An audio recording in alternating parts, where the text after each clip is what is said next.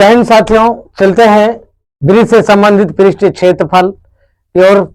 अगले सवाल की ओर चलते हैं। बिल्कुल शानदार सवाल है। आकृति 12.21 में छायांकित भाग का क्षेत्रफल ज्ञात कर दी। ए बी सी डी भुजा 14 सेंटीमीटर का एक वर्ग है।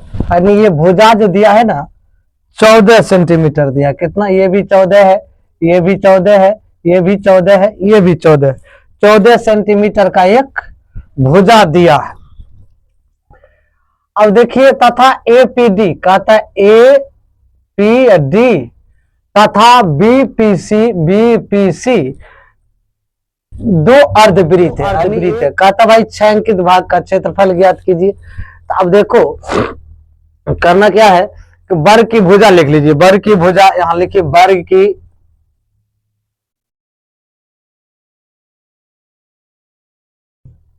वर्ग की भुजा बराबर 14 सेंटीमीटर दिया है। अब हमको क्या करना है, वर्ग की भुजा दिया है तो व्यास है, तो लिख लीजिए अर्धवृत्त का। ये अर्धवृत्त जो है ना, ये इसका व्यास 14, इसका भी व्यास 14। तो आप लिखिए अर्धवृत्त का व्यास। कई गो अर्धवृत्त है? अर्धवृत्त का व्यास 2 गो अर्धवृत्त है। अर्धवृत्त का व्यास क्या हो जाएगा? डी बराबर आ जाएगा 14 सेंटीमीटर। तो त्रिज्या क्या होगा? अर्धवृत्त का त्रिज्या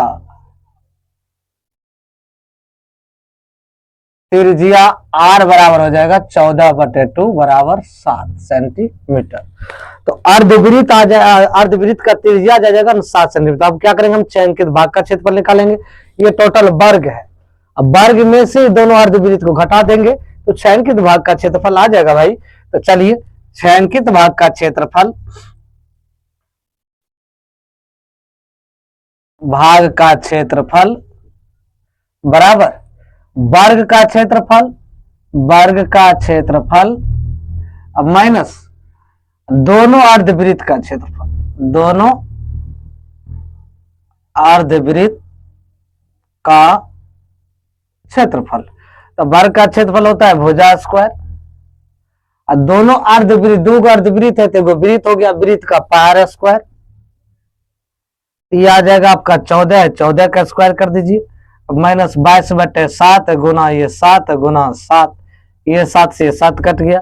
14 गुना 14 196 माइनस 22, 7 दूनी 14, 7 दूनी 14 15 154। अब इसको इसमें से घटा दीजिए, ये आ जाएगा आपका 42 सेंटीमीटर। यही दोस्तों आपका आंसर होगा। क्या होगा? आंसर होगा, सेंटीमीटर स्क्वायर हो जाएगा। तो यही आकृति 12.22 में छायांकित भाग का क्षेत्रफल ज्ञात कीजिए। जहां भुजा 12 सेंटीमीटर वाले एक समबाहु त्रिभुज OAB के शीर्ष O को केंद्र मानकर 6 सेंटीमीटर वाला त्रिज्या एक वृत्तीय चाप खींचा गया। भाई एक चाप है तो आप लिखिए चाप का नहीं, चाप की त्रिज्या बराबर 6 सेंटीमीटर। तो चाप ये जो दिया है, ये चाप जो यहां से यहां तक घुमाया गया है, इसकी जो त्रिज्या यहां से यहां तक है 6 सेंटीमीटर आपका दिया हुआ है। ये जो समबाहु त्रिभुज है, समबाहु त्रिभुज का प्रत्येक कोण कितना होता है? 60 डिग्री का होता है। तो अब क्या करेंगे, हम पहले चाप का त्रिज्या ऐसे लिखिए, चाप की त्रिज्या R बराबर 6 सेंटीमीटर। ठीक है। अब देखो समबाहु त्रिभुज का भुजा ऐसे लिखिए, समबाहु त्रिभुज का भुजा बराबर 12 सेंटीमीटर, ये भी दिया है। अब हम क्या करेंगे, थीटा बराबर यानी त्रिज्या, त्रिज्यखंड के केंद्रीय कोण यानी थीटा बराबर, यहां लिख लीजिए थीटा बराबर 60 डिग्री। ये तक तो आ गया भाई, कोई दिक्कत नहीं है। अब समबाहु त्रिभुज का प्रत्येक कोण 60 डिग्री का बनता है। तो भाई हम छायांकित भाग का क्षेत्रफल निकालेंगे। तो देखो क्या करना है, वृत्त का क्षेत्रफल प्लस समबाहु, एक देखो वृत्त का क्षेत्रफल है, देखो समबाहु त्रिभुज का क्षेत्रफल है, यहां से यहां जो कटा है ये त्रिज्यखंड का क्षेत्रफल है। तो हम क्या करेंगे, त्रिज्यखंड जो इसमें जो कटा हुआ है, तो वृत्त का क्षेत्रफल प्लस समबाहु त्रिभुज का क्षेत्रफल माइनस त्रिज्यखंड का क्षेत्रफल करेंगे। तो लिखिए छायांकित भाग का क्षेत्रफल, छायांकित भाग का क्षेत्रफल बराबर वृत्त का क्षेत्रफल प्लस समबाहु त्रिभुज का क्षेत्रफल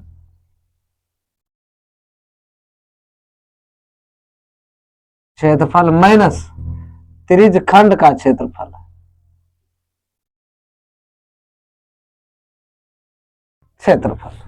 तो सबका क्षेत्रफल अब निकाल लेंगे। थीटा का मान हमें प्राप्त है, त्रिज्या भी प्राप्त है, भुज सब प्राप्त है। अब लिख लीजिए वृत्त का क्षेत्रफल होता है पाई आर स्क्वायर, इसको लिख दीजिए भाई पाई आर स्क्वायर प्लस समबाहु त्रिभुज का क्षेत्रफल √3/4 गुना भुजा स्क्वायर। अब देखो अब माइनस त्रिज्य खंड का तो पाई आर स्क्वायर θ/360 डिग्री रख लीजिए, कोई दिक्कत नहीं है। अब हमको क्या करना है, अब सबका मान पुट कर दीजिए बारी बारी से, ठीक है, कर दीजिए पुट। अब देखो त्रिज्या 22/7 इसका मान हो गया, ये 6 गुना 6 हो जाएगा प्लस √3/4 गुना 12 गुना 12 काय की स्क्वायर है, ये हो जाएगा 4 तिया 12 माइनस 7 गुना त्रिज्या का मान तो 6 ही है, थीटा का मान आपका 60 है बटे 360 है, 6 36 6 ये कट जाएगा। अब देखो इसको क्या करना है, तीनों गुना कर दीजिए 22 गुना 36/7 प्लस ये 12 तिया 36 √3 माइनस ये देखो 12 6 दूनी 12 6 दूनी 12 13/7। कोई दिक्कत नहीं, इसको गुना कर लीजिए, पहले 36 गुना 22 कर लीजिए 72, ये भी 72 भाई, ये हो जाएगा आपका 792/7 प्लस 36 √3 प्लस सॉरी माइनस 132/7। अब हम क्या करेंगे, इस सब का एलसीएम ले लेते हैं।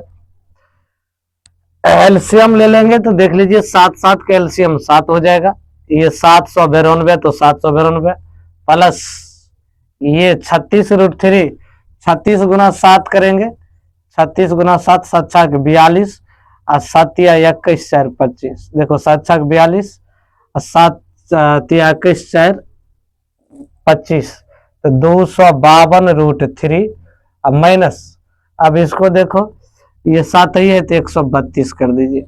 अब देखो यहाँ इसको लिखिए 792 में से 132 को घटाइए 0, ये 6 ये भी 6, ये हो जाएगा 660 प्लस 252 √3/7 लीजिए 660/7 कर लेंगे प्लस इसको अलग अलग कर दीजिए 252 √3/7, ये दोनों काट जाएगा, काटोगे तो 36 बार में कट जाएगा, तो ये हो जाएगा 660/7 प्लस 36 √3। यही दोस्तों आपका आंसर होगा।